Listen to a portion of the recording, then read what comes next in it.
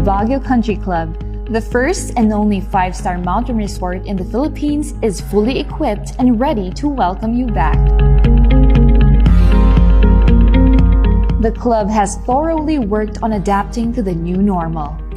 The usage of any of the facilities and amenities of the club is governed with specific rules, regulations, and procedures in accordance to the medical, physical distancing, and disinfecting protocols. And as you return back here to your second home and make new memories with us, we assure you that at the Baguio Country Club, you do not have to worry because we can assure you that the club continuously puts great importance to the health, safety, and wellness of its members, guests, and employees.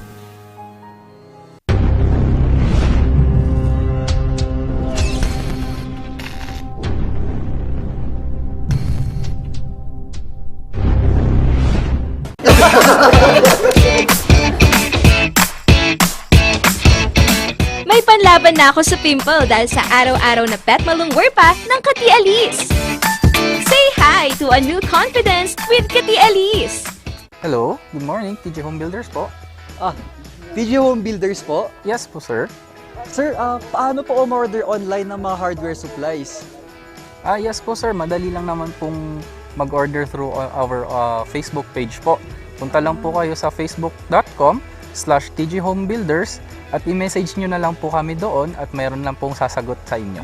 So meron po tayong indoor, outdoor, tsaka meron din po tayong for kitchen, for bathroom, at mga lightings po. Sir, ang TJ Home Builders po ay isang tindahan na nag-o-offer po ng mga finishing material. Easy to install at mas makakatipid po sila ng oras at sa pera po nila. Mas concentrated po kami sa mga modern materials. TJ Home Builders! We turn houses into homes!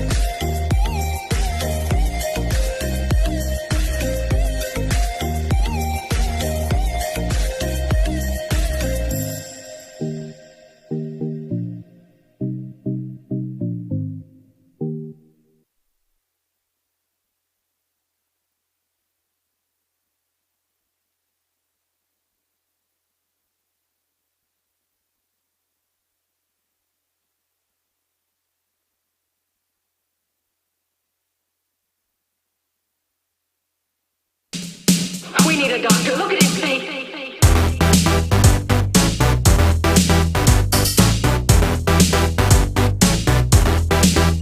Hey! We need a doctor. Look at his face. Good morning po mga kababayan, mga kaibigan, mga supporters ng Itanong Kay Doc Jose. Ito na naman po ang umaga na may mga talakayan tungkol sa medical, usapang pag-aaral sa medisina at kung ano-ano pa. Good morning, Ma'am Cynthia. Good morning, Doc, at syempre good morning sa lahat ng mga viewers natin. It's Tuesday morning na naman, samahan nyo kami hanggang 10 o'clock. Itanong mo kay Doc Jose. Mamaya i-introduce ko yung topic ko. Pero bago ang lahat, Ma'am Cynthia, baka gusto mong isabihin sa kanila yung text line natin? Pwede kayong magtanong ng konsultasyon. Habang hinahanap ni Ma'am Cynthia, o nire-ready niya yung number, ang gusto ko pong i-presenta sa ating medical school online ay yung germ theory of diseases. Eto Doc, yung ating text line, 0946 014 0449, or po pwede din po kayong mag-comment sa mga nanonood.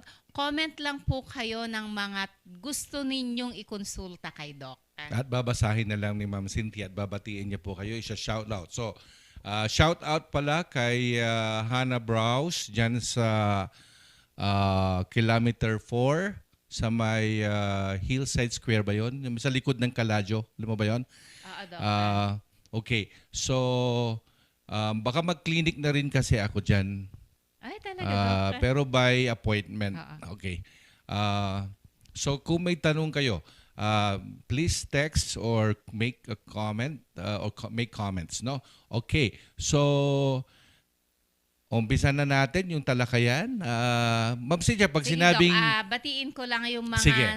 nanonood sa atin ngayon. Wow. Nandiyan dyan si Ma'am Charmin Joy Rama de Guzman. Wow, good morning po, Lemonade. Good morning to our fabulous Doc Jose Orsua. Wow. At syempre kay Cheryl Sabado Manibog, good morning sa Good inyong morning. lahat dyan. Sa Isabela. Nasa Wow. Isabela sila, Doc, ngayon na nanonood. Nasa Isabela. Wow, kumusta po kayo dyan sa Isabela? Dati yung lolo ko nagbibiyahe dyan noong mga 1960s.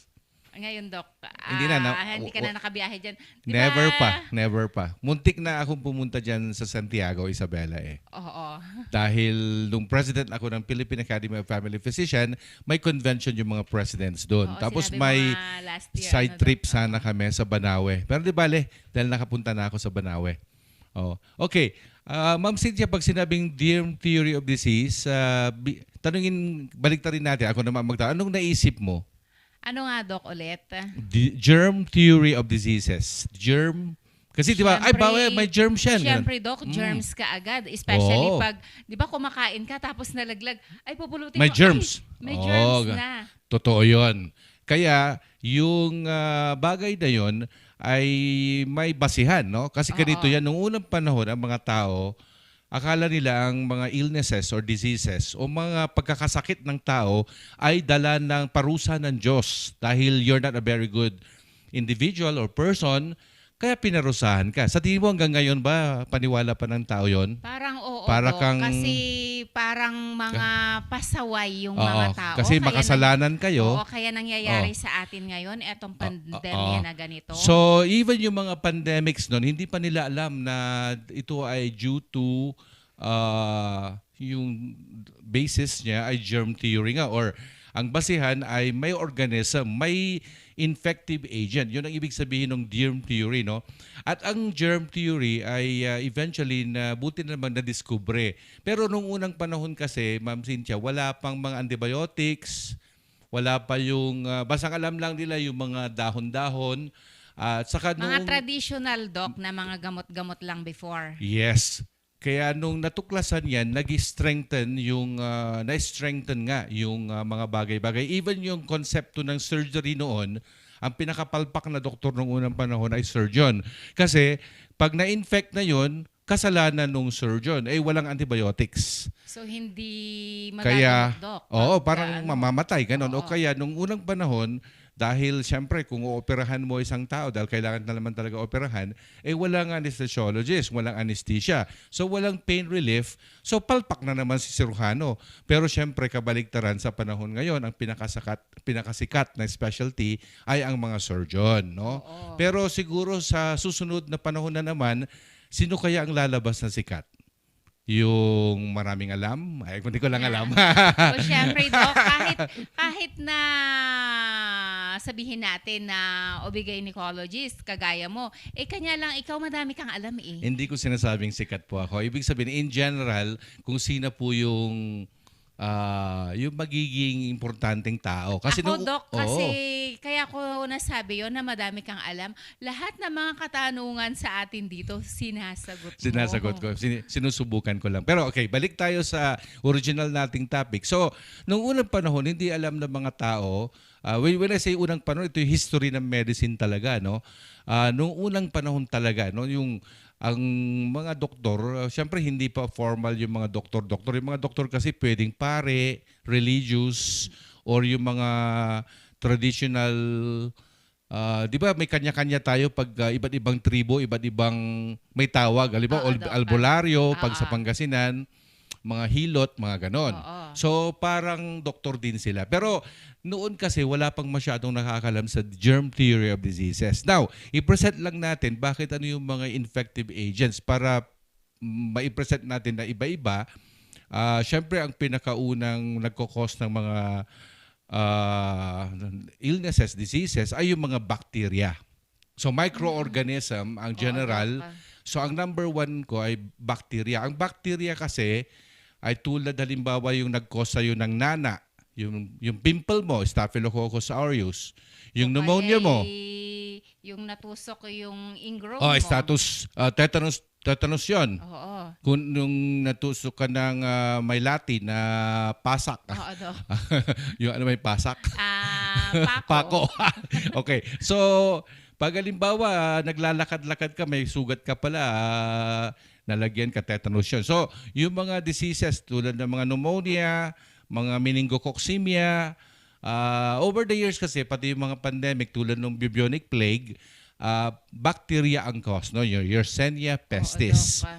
na galing sa mga flea ng rats o kaya yung leptospirosis. Oo, di ba, Doc, pag Diba? tag-ulan, usong-uso Yung ang leptospirosis naman ay leptospira na galing din sa mga flooded kasi yung daga ang may kagagawan So, nun. paano natin maiiwasan ito ngayon, Doc? Yung mga bacteria na nagkukos sa ating katawan. Kaya di ba sabi natin maglinis ng kapaligiran kasi ang kadumihan ng kapaligiran ang magdadala ng sakit. Oo. So bacteria o kaya patayin ang mga daga. Di ba may mga nung unang panahon yata may mga premyo kung makapagdala ka ng mga tail na naalala mo yun? Last year lang yan, Doc, Oo. na ano ni Mayor? Mayor Magalong. Tama. Kung halimbawa, dala mo 10, bibigyan ka ng 10,000. Halimbawa lang, ano? Eh, syempre, mainggan niya kang... Kasi, peste yung mga yon. Kaya, Yersinia pestis. Ewan ko lang, bakit it's a Latin taxonomical classification name of that bacteria, no? Typhoid fever is caused by Salmonella. Ano bang naisip mo, ma'am, na mga sakit-sakit? Ano ang nagkukos ng... Sige, tanungin mo ako. parang nakalimutan ko na yung aking microorganism. Yung pagtatae, halimbawa, Oo, Doc, ay oo. hindi, multifactorial yan. Pwedeng pupunta na tayo, parasites naman. Microorganism din siya, or kaya parasitological parasite, no? Parasite naman, tulad ng mga, halimbawa, yung amoeba. Pwedeng nakainom diba ka. kahapon na-discuss natin ng Konti, yung sa... kasi ikaw yung hinighlight natin, Oo. no?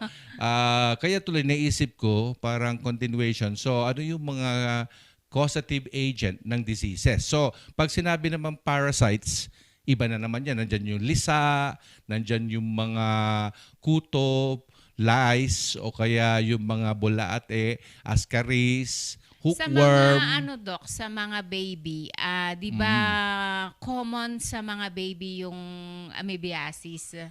Common sa baby, hindi lang pati sa Baguio kasi endemic ang amoebiasis dahil sa contamination ng ating water system. Oo. There's such a thing as water analysis, and when I was a medical technology student, we used to have the water analysis.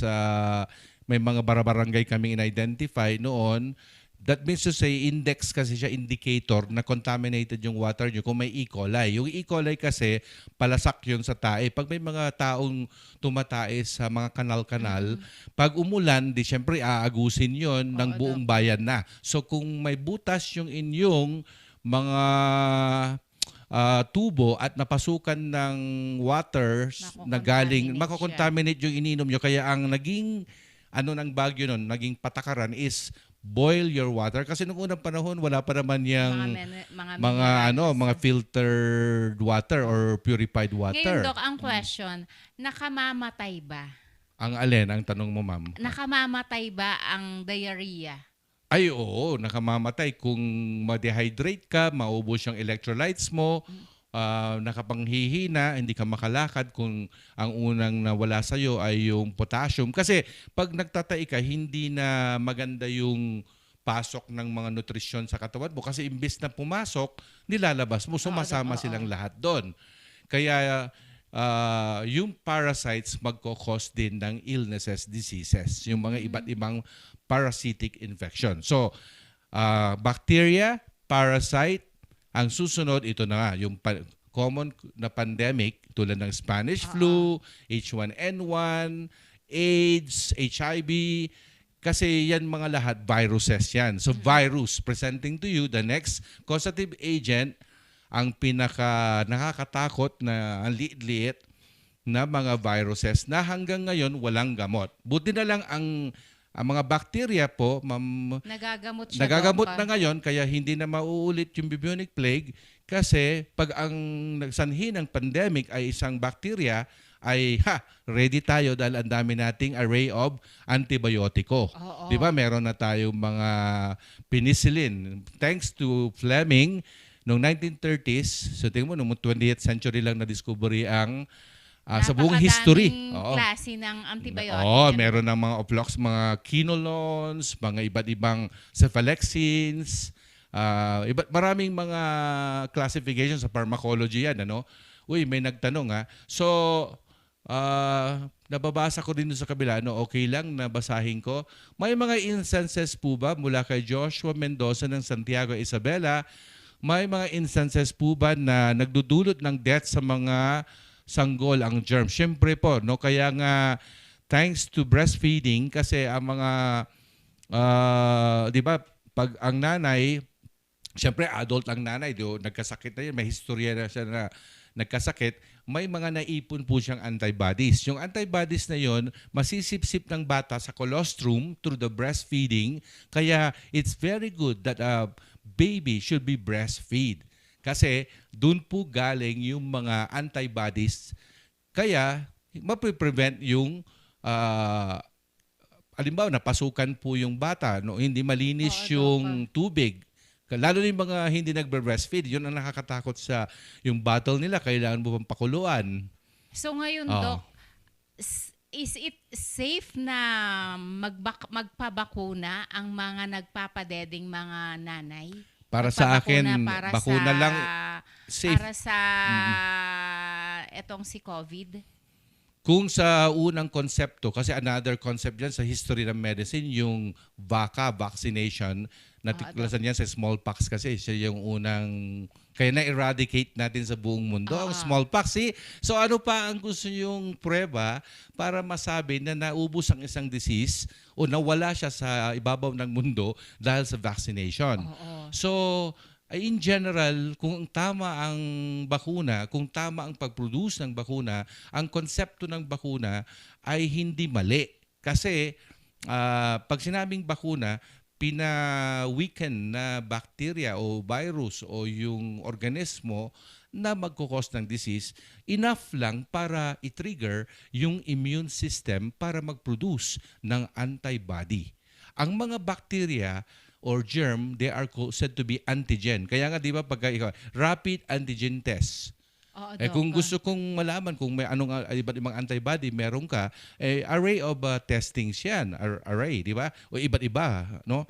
Pero pag sinabi ng mga antibody, sundalo yan. Ito yung mga panlaban sa mga invaders, no? Pag sinabi mong invaders, parang alien invader, di ba? O kaya yung mga mananakop, no? Sa katawan natin. We're talking about our body at siyempre, alien, it's something foreign to the body. Alien, it's something that is not supposed to be in our body. Pero buti na lang may sundalo tayo, yung mga antibodies. Kaya, yung tanong mo, ma'am, talagang safe na safe. Safe na safe. Kasi hindi, lalo na kung ang sakit ay hindi kaya ng antibiotic. Oo. Kasi, for example, yung mga senior citizen, no? Anong na-receive yung mga bakuna this year? Sige nga, itanungin ko kayo, anti-flu. Kasi, ang trangkaso, palasak. Pero, ang flu kasi, dati na nating alam ng katawan natin, kaya madali tayong mabuhay. Or, hindi tayo lumalala. Pero, yung mga bacteria, anti-pneumonia, strep, mas maganda rin pag senior ka na naka-receive ka ng bakuna.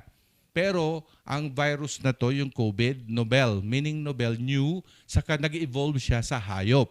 Ang hayop at ang tao, magkaiba po ang kanyang genomic component o kaya yung mga DNA natin na tatawag. Di ba hindi naman talaga tayo animal eh? Oo, Doc. Oo.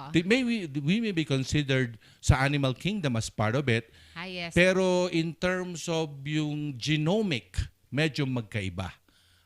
So, itong COVID, bago to kaya nakamamatay kasi hindi pa kilala ng katawan natin. First time lang. Kailangan natin patagalin pa bago maging masanay at makabuo ng mga sundalo. May babasahin ako, Ma'am Cynthia. Sige, Doc. Ano ang pwedeng gawin ng mga taong may phobia sa germs? Well, tama lang na may phobia po kayo. Coming from Agoola Union, kay Ma'am Leslie Lopez. Thank you, Ma'am Leslie, sa tanong na yan. Wow, maganda pong tanong yan.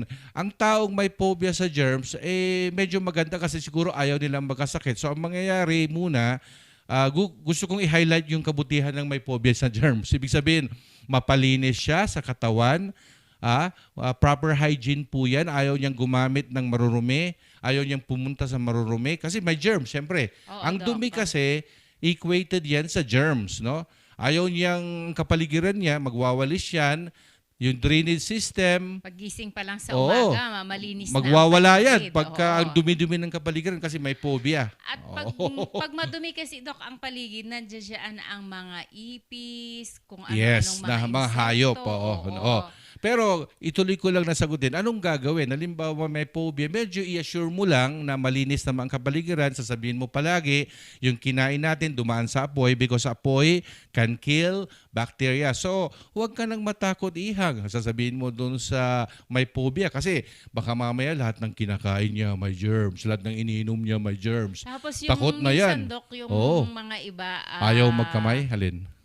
Yung mga bata, di ba, minsan sinusubo nila yung... Kaya, wag mo isubo yan, may germs yan. Siyempre kasi, kung alam mo namang medyo marumi yung kapaligiran, unless na nilysol mo muna, ba, mayroong isang kwarto sa bahay nyo, no?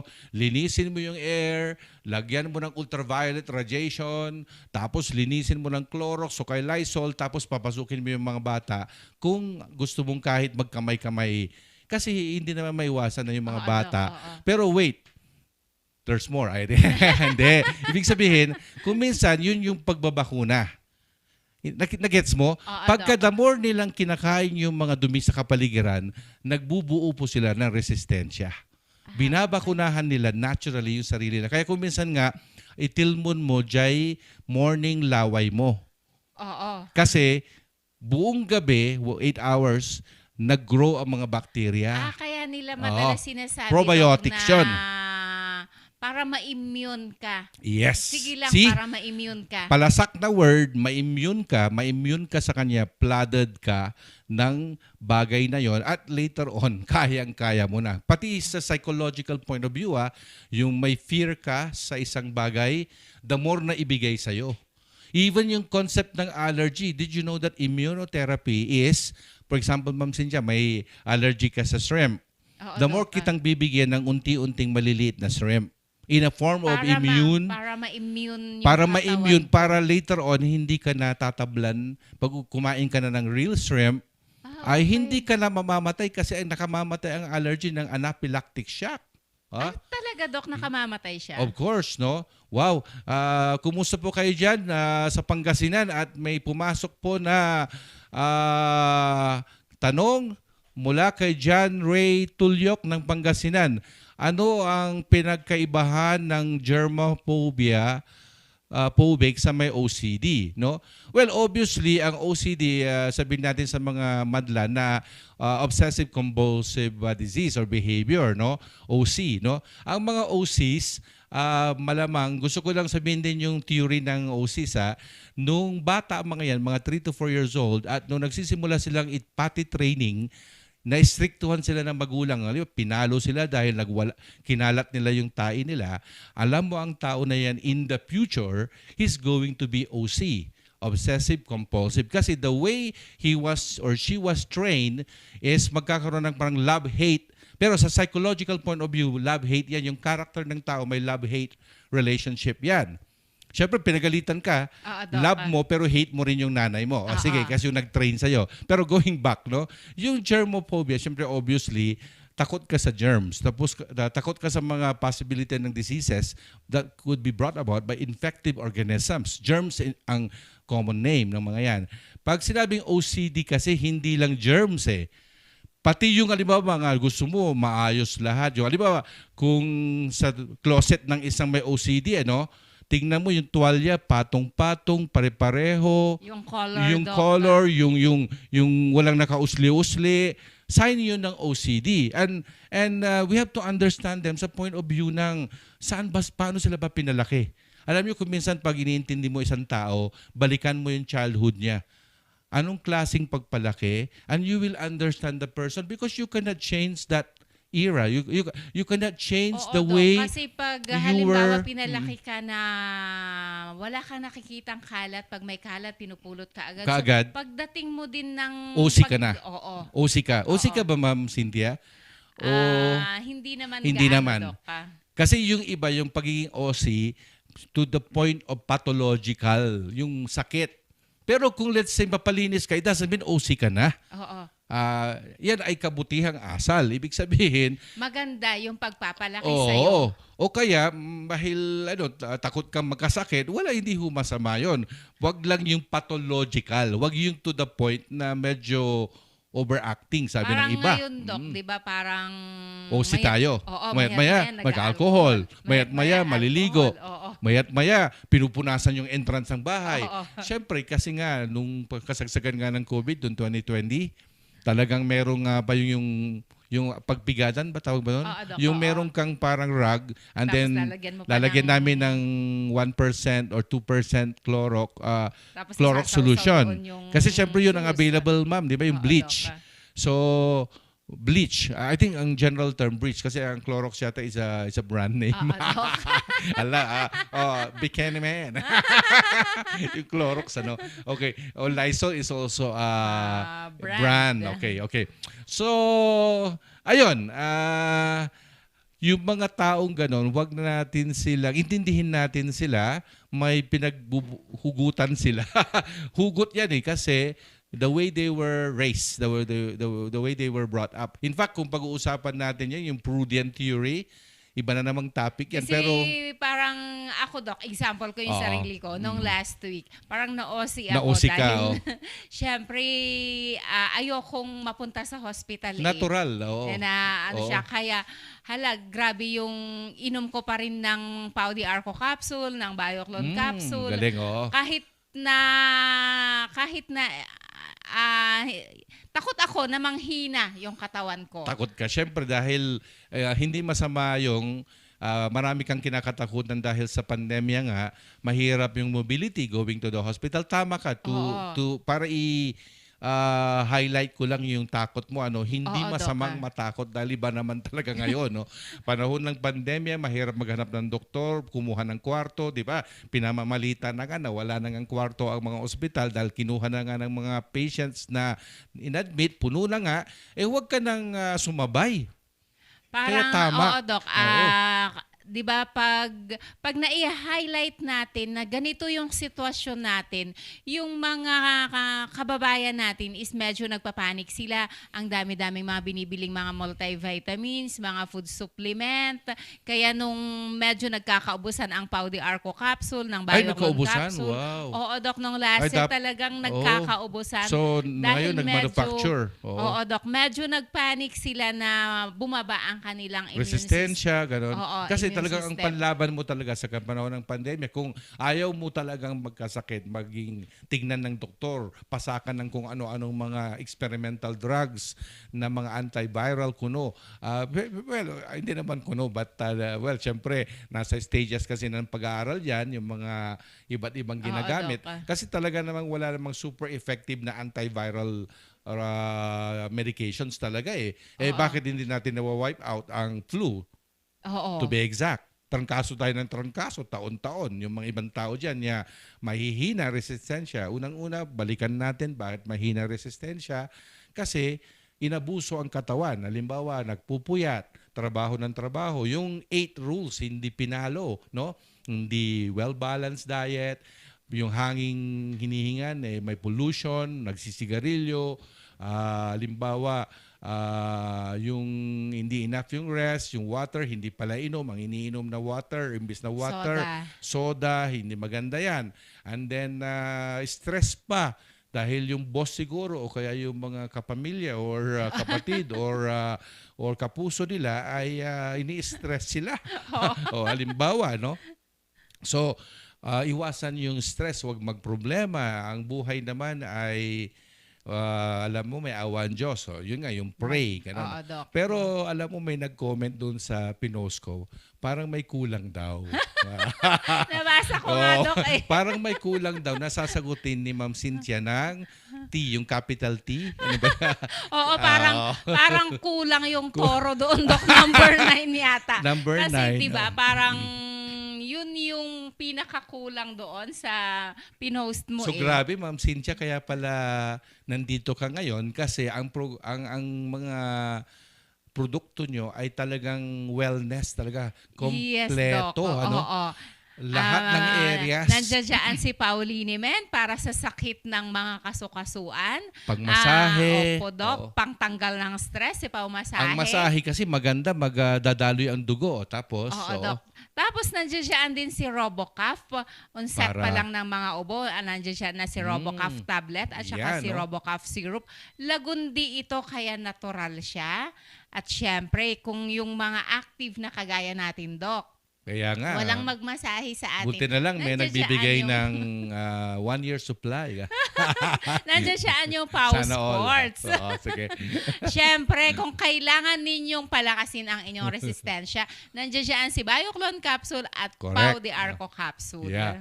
So, yan, ipitom sila ng mga produkto na pang-wellness kasi ang ating programa, ang ating tinatawag na ina-advocate ay wellness.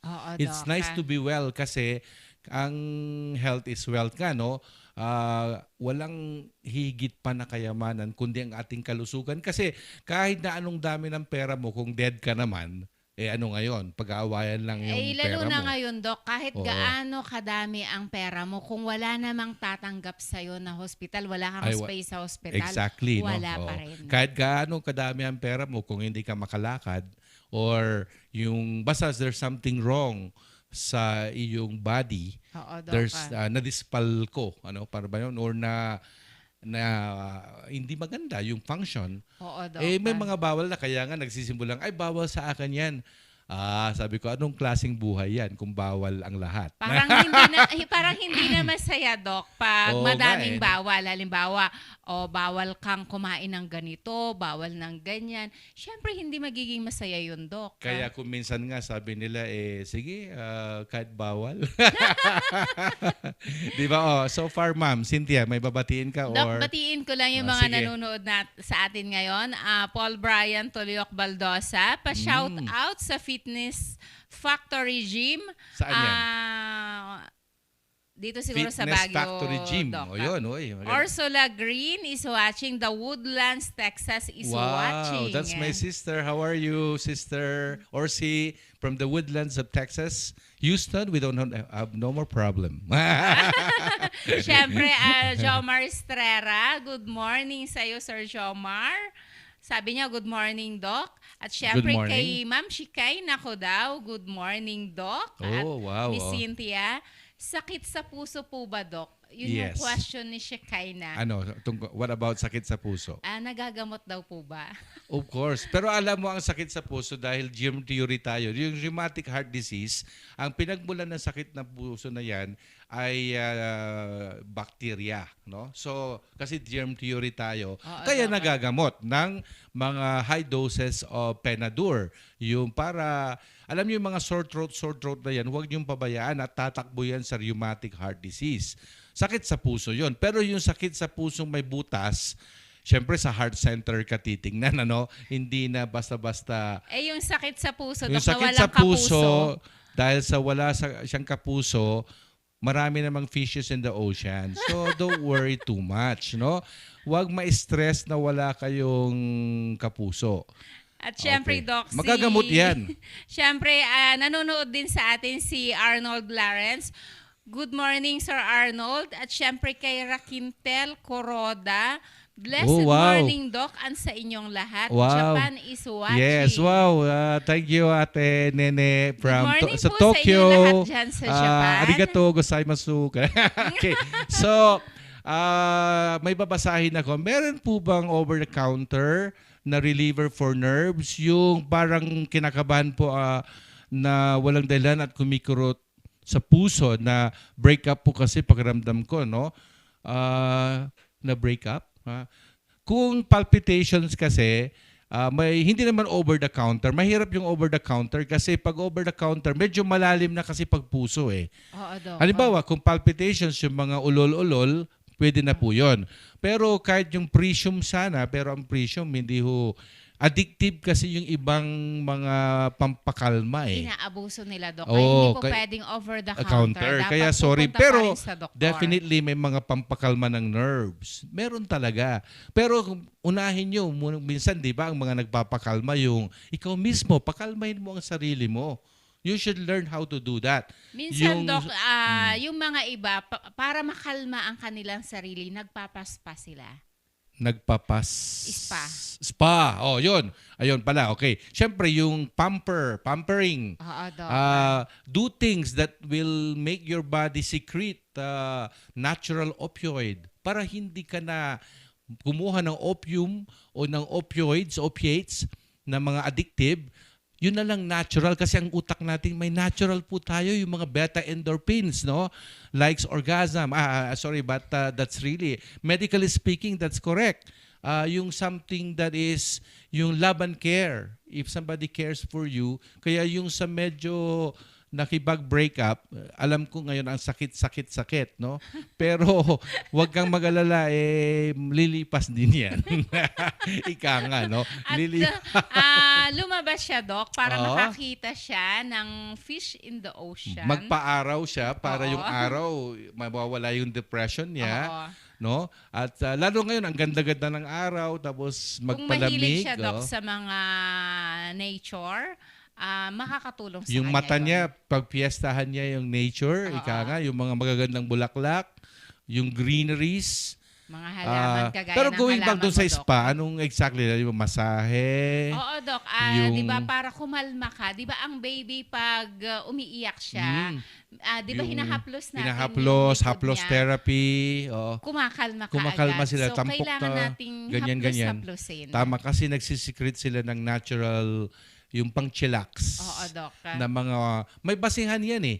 Kaya totoo po yan, no? At saka, yung do something nga na ikasasaya mo. Oo. Minsan nga, sa totoo lang, kayong iba medyo nasosobrahan po yung Kumain, kanilang Doc. weight, ay masarap kumain.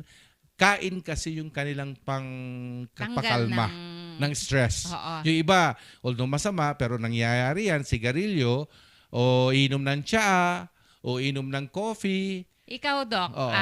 Sige, ako, paano kang may ako ang stress? binalikan. Paano kang may stress? Paano ako may stress? Or paano ko pangtanggalin ng stress? Oo. Hindi, yung stress, pag ang daming gagawin, na-stress muna ako. Pag yung sunod-sunod, no? Or pag may parang paghahanda na kailangang, magpresenta ka, hindi pa rin maalis sa akin yung may... every Tuesday, pwede kong sabihin may konting stress. Pero pag nandun na ako, nakaraos na ako, O parang hallelujah. Satisfaction Yeah, naman yung pakiramdam. Oh, so pag na-stress naman, di magdaldal ka. Oh, nawawala yung ano, no? Or minsan nakukuha ako sa inom, yung iinom ka ng isang bagay. Oo, Doc. Kasi yung mga senses natin, pag inano mo yan, yung 5 senses, kaya yung aromatherapy, notion, Oo, taste. Doc. Alam mo, may nakain ka ng gana kaya taste. Tapos yung touch, yung massage, touch. Oo. And then lahat yun, kung nasatisfy ka, biglang yung body mo magproduce ng natural pamparelax o hallelujah. Siyempre, yung mga bagay na alam mo na, mga ganon. Let's face it, talagang that's part of it. Wow, people are, human beings are sexual being. No matter what. Ayaw yun lang kasing pag-usapan kasi parang tabu sa inyo. Hindi tabo tabu. Yung tabo kasi, yun yung maligo ka. Kaya tabo, no? O sige, so far pa, ang galing naman yung mga all the way from Texas, may all the way from Japan, siguro yung ate ko rin sa Virginia, no? Doc, may nag-message dito. Sige. Yung sabi niya, Doc, parang pumalya siyang mag-mens. Okay. Hindi siya dinatnan. Tapos nag-PT siya ng 2 beses. Negative. Negative naman. Okay. Although yung menstrual cycle daw niya is regular naman. Dati, no? Oo. Ano ngayon yung cause bakit hindi siya dinatnan ng 3 weeks? 3 weeks. Delay siya ng 3 weeks, hindi naman siya buntis. Buntis, no? Actually, yung 3 weeks, hindi pa yun magre-register. Kung buntis po siya, medyo maaga pa. Kaya pwede ka pa rin buntis kasi wala ka pang 5 weeks kasi bago ka magpa-test eh. So, You must be delayed for 5 weeks para ma-detect ng pregnancy test. Kasi hindi sensitive yung pregnancy test eh. Kung gusto mo pa, ultrasound ka para kung makita yung bahay bata, yun ang best way. Now, hindi sinabi yung age, ano, pag perimenopausal o malapit na mag-menopause, natural ding nagkaka-discarril na yung normal nilang cycle. Ano siya, Doc? Ilang taon? 29 years old. Batang-bata, so reproductive age. Pwedeng ang dahilan yun nga, number 1 pa rin yung buntis, pero maaga ka pa lang, ma'am. Maghintay ka pa ng 2 weeks and then repeat the pregnancy test, baka buntis ka po. And then, kung negative talaga, then there are other causes. Tulad niyang na-stress ka. Alam mo, ang number 1 na nakaka-discarril ng regla ng babae ay yung excuse me. Oh my God. Okay, so real live tayo, pati yung aking sneeze. Di ba, wala namang nasa harap ko. Si Ma'am Cynthia nasa gilid ko. Saka mamaya, disinfect nyo yung microphone kaya nalagyan siya ng mga viruses na Joe or Sue ang pangalan. Narinig ng mga crew dito. Okay, so going back. Pwedeng buntis po kayo, pero kung negative pa rin yung pregnancy test, pwedeng na-stress po kayo. And then kung naman, pwedeng hindi kayo nag-ovulate as dala nung pagka-stress nyo. Pag ang isang babae hindi nag-ovulate, hindi tumuloy-tuloy yung cycle niya, syempre hindi tutuloy, madidiskaril. Kasi ang concept ng is, nabuntis ka, kaya hindi ka niregla, or hindi lumabas yung itlog mo, kaya hindi ka niregla ulit. Ganun lang yun. Okay. Dalawa lang para i-simplify natin, dalawa lang. Na-discaril yung proseso ng iyong ovarian cycle, kasi may na-stress ka nga. Alimbawa, na-stress ka, napuyat ka, isip ka ng isip. So, dahil doon na-stress, na nagkaroon ng para bang irregularity or parang hindi tumuloy yung cycle mo. So, anytime, Doc, magme-mens siya. Anytime magme-mens siya, or kung hindi pa rin, pupunta ka na sa doktor para tulungan ka na namin na ituloy yung cycle mo. Yung nawawalang hormone ay ibibigay na namin, tas bigla ka na lang na magre-regla na. Babalik ka namin sa track. Kumbaga sa train, na discarril ka, no? Na unrail ka, so ibabalik kita dun sa track mo, yung cycle mo. okay. Kasi cycle lang yun. Ang cycle, ikot Oo, lang Doc. ikot. Oo. Parang isipin mo yung train na regalo sa atin nung bata tayo, Oo. ikot lang ng ikot yon. Ikot lang na ikot. Kaso biglang natumba kasi something happened. Siguro may nadaanan. Tulad ang analogy nun is So na-stress. wala siyang ibang iinumin muna, Doc, na mga gamot-gamot diyan, kundi pumunta muna sa doktor. Normally, kung talagang hindi siya makapunta sa doktor, kung may pills kayo, yun ang isang paraan. Oo. Magpipills ka, no? Okay. May nagtanong po si Leo Viray ng Irisa, no? Ano pong gamot sa paglagas ng buhok or yung tinatawag na puknat?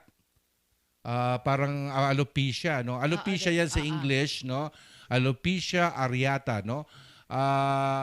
Actually, medyo mahirap na tanong yan, kasi ang sagot, maraming point of view yan. Pwedeng nalagas dahil sa hormonal changes.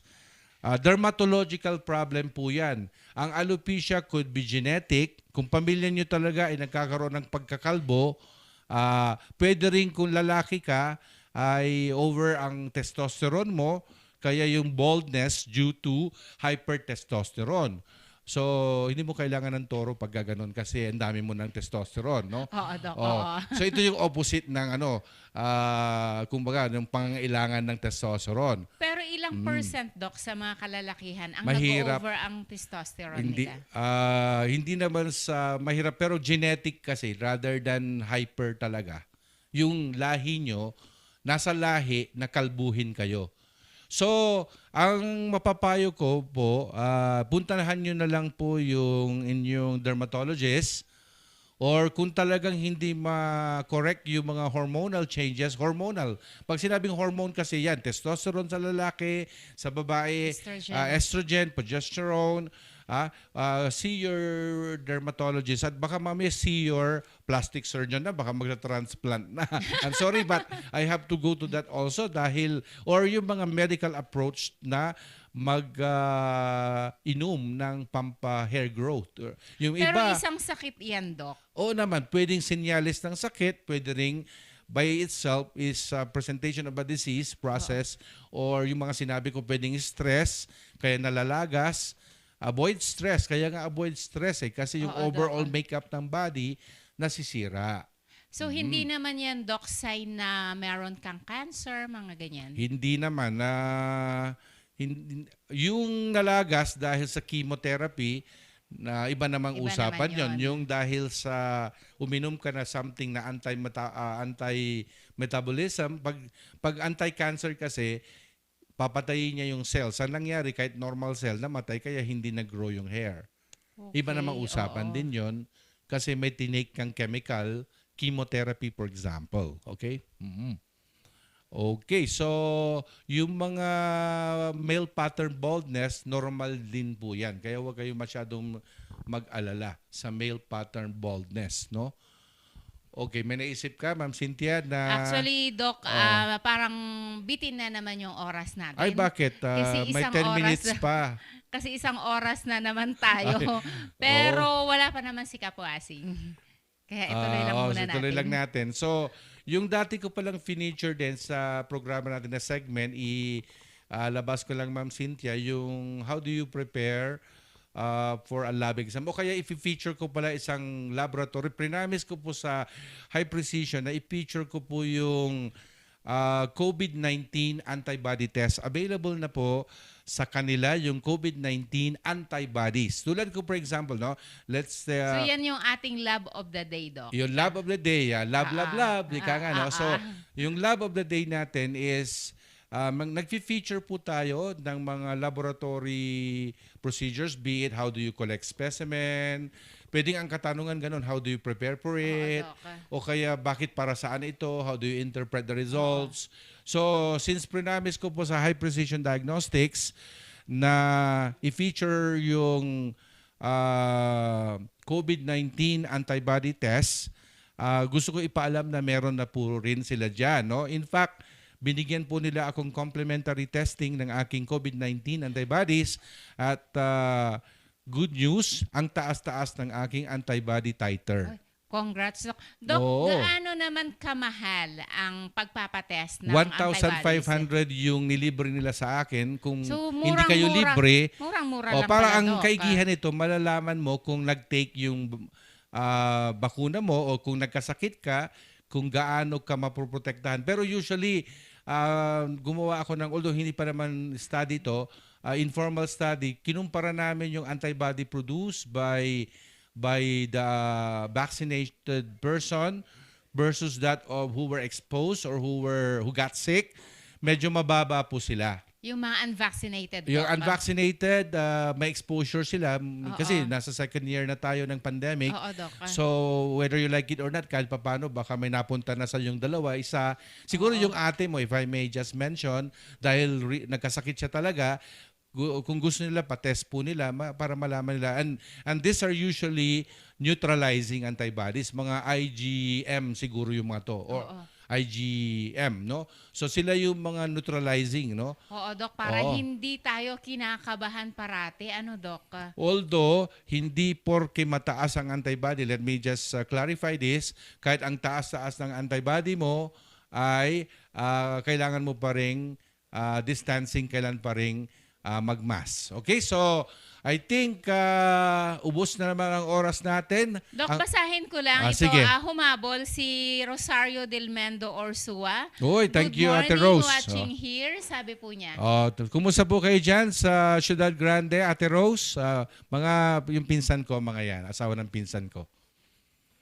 Actually, pinsan ko pa lang, pwede ko nang mabuo yung buong mga buong angkan ng Ursua, Lavarias, Pangsulingan, lahat, Kubingko. Kung manood po kayo, may programa na tayo. Sabi ka doon. Of course, sila Ma'am Cynthia din, mga in-laws, yung cousin clan by, natin. di ba? By affinity. Yan. Malaking pamilya tayo, mga Samson. Samson, dyan sa San Carlos City at Ordaneta. Madrid, gano'n. Doc. Di ba yung Madrid, hindi mo Doc. feature yung Madrid, yung hair barbershop? So, natapos na naman, Doc, ang ating isang oras na talakayan. Abangan niyo po ulit kami sa susunod na Tuesday, 9 to 10. Itanong mo kay Doc. At syempre, maraming salamat sa lahat ng mga nakibahagi, mga nagtanong sa programang ito ngayon, Doc. So, binabati ko lang ulit yung classmate ko, Dr. Joy Libaw. Sila po ang may-ari ng Don Paterno's Pizza. Pupunta kami mamaya dyan ni Ma'am Cynthia. Ihanda na yung mga masasarap na pizza. At syempre sa mga gustong magpagupit, Madrid's Barbershop sa Ordaneta lang matatagpuan. Kulang na lang sabihin ko, look at that, Madrid. Maraming salamat po. Sa susunod na Bye-bye. Tuesday po ulit, 9 to 10. Ingat po.